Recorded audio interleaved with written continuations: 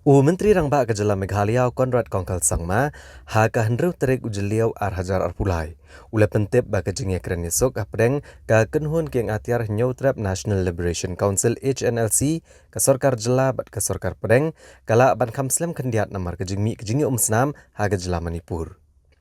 Habaya keren bat kinong patai kubor Konrad Kongkal Sangma ulong baki he jong ketenat Home Affairs jong ke sorkar pedeng kidang bun kam bha menta haga Jela Manipur namar ke jingja hagan ke Jela bat kumta ki kam gijam kila kelano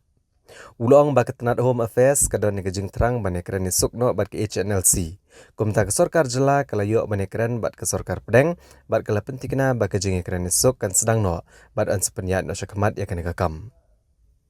Well, we have some complications because of Manipur also. As you're aware, the MHA is quite busy with the different developments in Manipur, and it has made things slightly more complicated. So we are in touch with MHA, and as I said, they are very serious about this entire thing.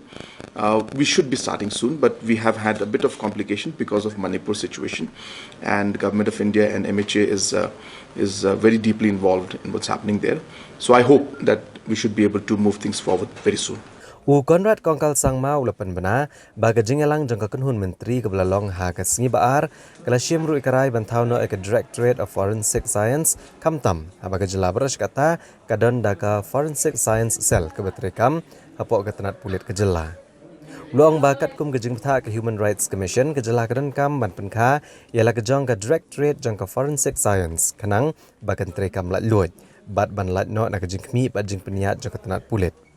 Bat ya ke Directorate of Forensic Science on Kemino daga tenat korbari ke Jela. Nalur kini ulah pentip ru bagi sorkar Jela kala ajing menjur ke Chief Minister's Solar Mission ke baterwa ban penderung ya ke Sustainable Green Energy ha Meghalaya. Ha ke bagi sorkar kan ai kat tu kene ke subsidi kene ke skim syakilong yeng ke badan hasor bat nong kendong bat kumju ke jaka pulia.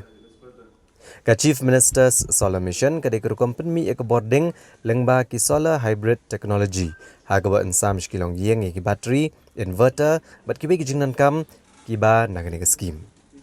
Konrad Kongkal Sangma uli thu ru ba ka kenhun menteri kala menjur ya ka jing terwa ban kentup yu secretary jong Meghalaya State Public Service Delivery Commission ha ka thup jong ka heads of department kat kum ka rules FRs and SRs syajar khandai spa prapusau ban penti kena bu secretary unyo no ke jing pen bor ha ka ban pendep ka kamram ka bala benchat hu